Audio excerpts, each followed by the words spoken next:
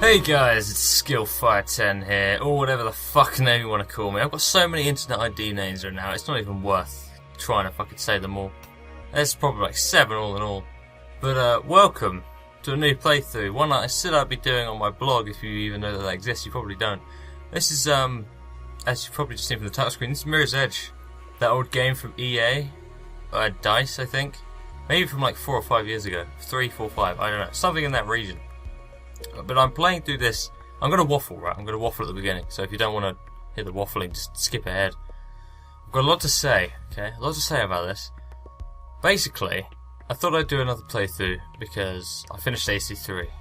And what with Mass Effect being on kind of a halt, and Euro Truck not really being consistent, and having been not done for about 3 months now, I thought I'd stop another playthrough on the side. It's a short game, this Mirror's Edge. It's a very nice game. That's one of the reasons I'm playing through it. It's actually one of the most memorable games I think I've ever played. There's a few reasons, you know. It's not the story. The story is actually, you know, I had this problem with Mass Effect 3. I loved the story of Mass Effect all the way up to the ending of Mass Effect 3, like the entire trilogy. But then the ending sort of spoiled it for me. But then I looked back and I realised, no, the story was actually really good up until then. That's what I thought about this game. I thought it was a really bad story, but then I just realised, no, it's just the ending. The ending to this game is pretty bad. The story, it's alright, for the most part. But it's not that what sells it. It's the fact that it's a first-person, free-running game. Those are unique among themselves, but the art style, the visual style, you know, it's just all nice. It's a breath of fresh air from all the boring, grey and brown environments of modern games.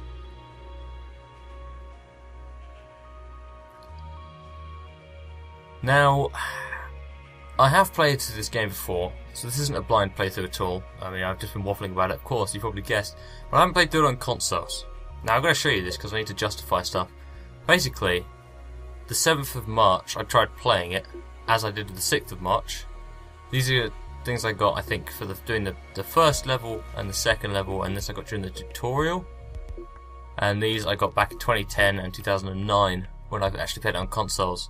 I played it on PC mainly, but not on consoles at all. And then I tried recording it this night, and I got this achievement, and there was a power cut, so I thought I'll do it tomorrow night.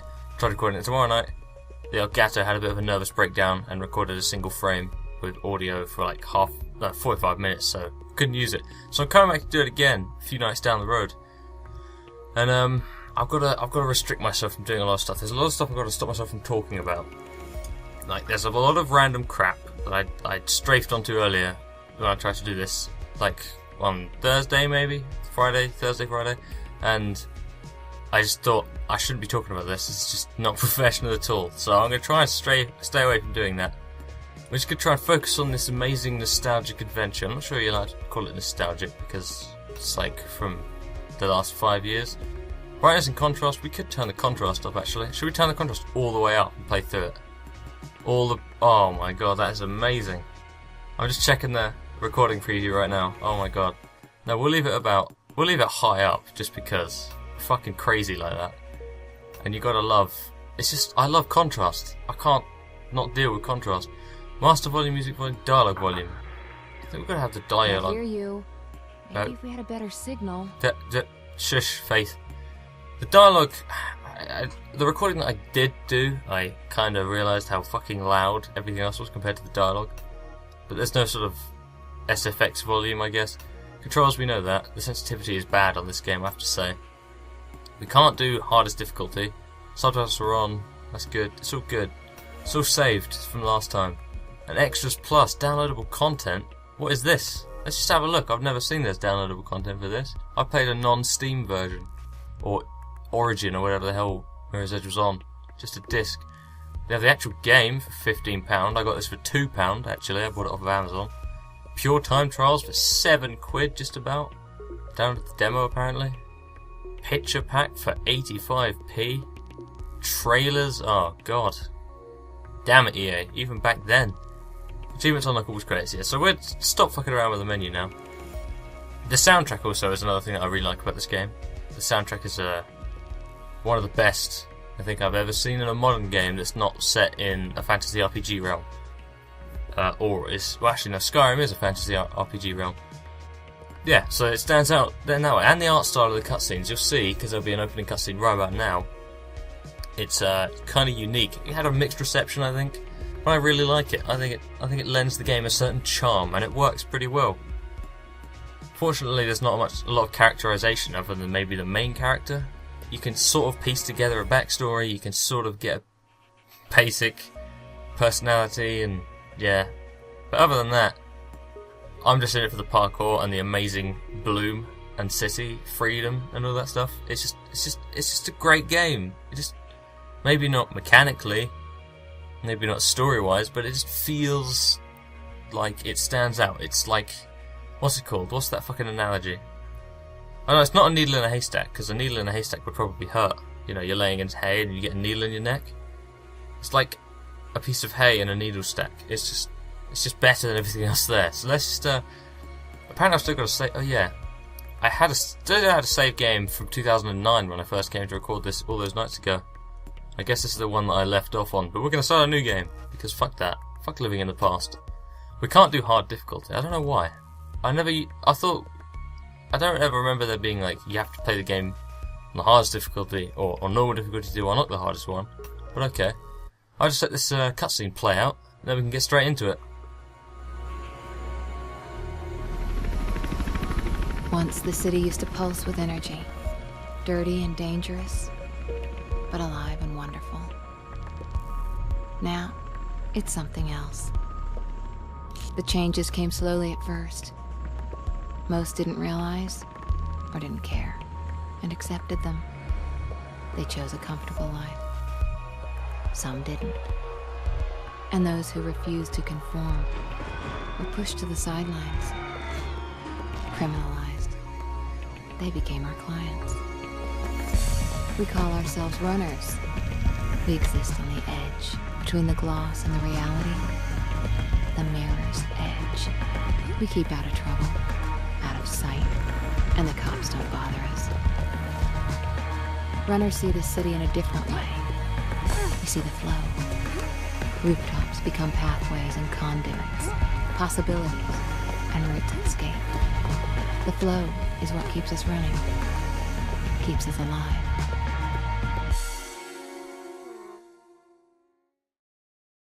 Training time, Faith.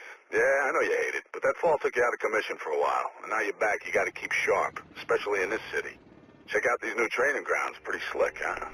Celeste's on runaround duty, so get to her and just go with the flow, okay? Okie dokie. LB is upwards movements, it's just jumping, yes. Try to jump. Now LT is downwards movements, just crouching, try to crouch. It's so tough, man. There's an objective screen that I don't remember ever using, like, in my life. There's basic challenges. I don't remember looking at these either, but whatever. Right, now I have to quickly announce something. I've had copyright issues with EA games in the past, mainly Battlefield, so I might have to do some editing out of cutscenes in this game. Maybe, if that's like the worst case scenario, but if I do, I'll probably just give like a recap of the plot between missions anyway. There's only about 9 chapters plus the training mission in this game anyway, so you know. I'm gonna hope to get through this without too many cock-ups. This is training, so I'm expecting it to go flawlessly. Fucking hell. The contrast. Hello! Get after her. It's Cell. Not to be confused with Shell. The guy? Hi, Faith. Welcome Protagonist in Portal 2. Didn't think we'd be seeing you so soon. I think I've made a mistake by putting the brightness and contrast up so much. Hold tight. I just want to try this. I just want to see if I can put... I like how the only options are brightness and contrast. What happens if we do that? What happens if... What's that going to look like? Oh my god. That is... Jesus. That's more overkill than the DayZ sun. Alright. I just wanted to see. I just wanted to experiment, you know? We'll put it down to about there again. Was that where it was before? Good. Anyway, onwards. This is basic training, guys. We've just got to learn we've got to learn the ropes again. We've got to learn how to wall run and jump over fences and follow people. Just like that. Press LB to clear low obstacles. Press RT to run through red doors. Very discriminatory, this game. Or at least the runners are. They only really seem to interact with things that are red. Even fences, like, they won't jump over a fence unless when you get near it, it turns red. I guess this, actually. That's kind of white and blue. This is one of the, like, the main things that I remember about this game. It's everything is white. What's not white is orange.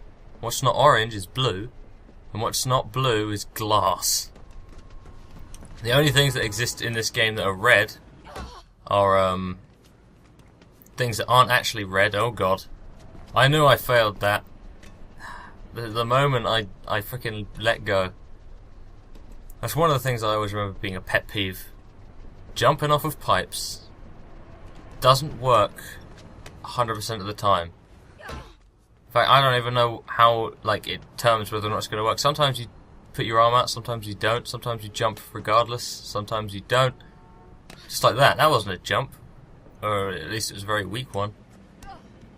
Yeah, the only things that are red in this city are apparently the things that aren't actually red. They're like white or blue, but we've got this thing called runner vision, which turns things red to aid us in our pursuits. This is killing me right now with the contrast, but I'm going to stick with it. Also, I've got a bonus challenge. I probably should have said at the beginning.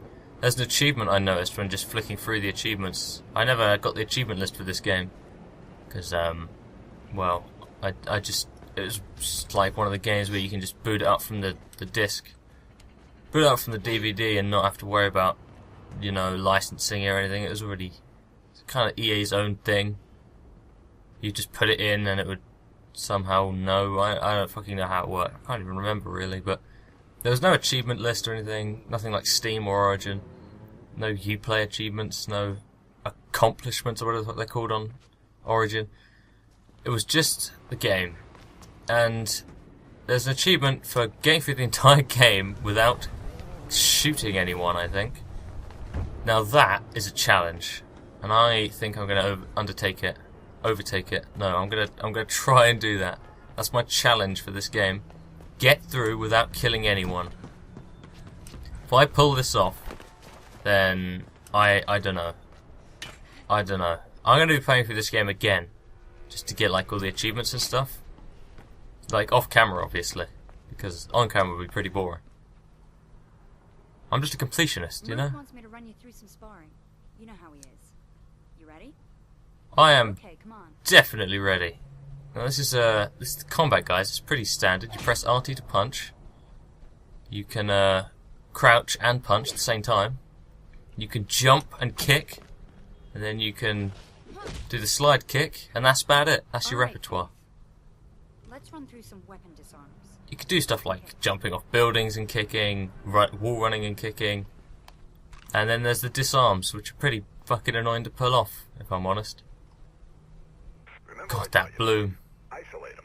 Fight them one at a time if you gotta fight. Now this is where it's going to fuck up, because the weapon's going to turn red and I have to press Y at that time. So if I fuck this up... Aha! Got him. I always screw that up in the moment, though. The training is kind of fun. Fun? Not the right word. Training is kind of simple. Yeah, you can slow down time with a reaction time or whatever. Makes things easier, you know? But I always forget to do this. Like, always. I just punch people. Okay, that's enough training, ladies. Gotta get to the real thing. Drake's got a job for yourself, so check in with him. Faith, let me know when you're ready to get going. See you later, Faith. Oh, Drake. We only, I think, ever see him once. Yeah, we'll play the game, but hang on, let me just double check the achievement. This is the challenge we're going for, guys.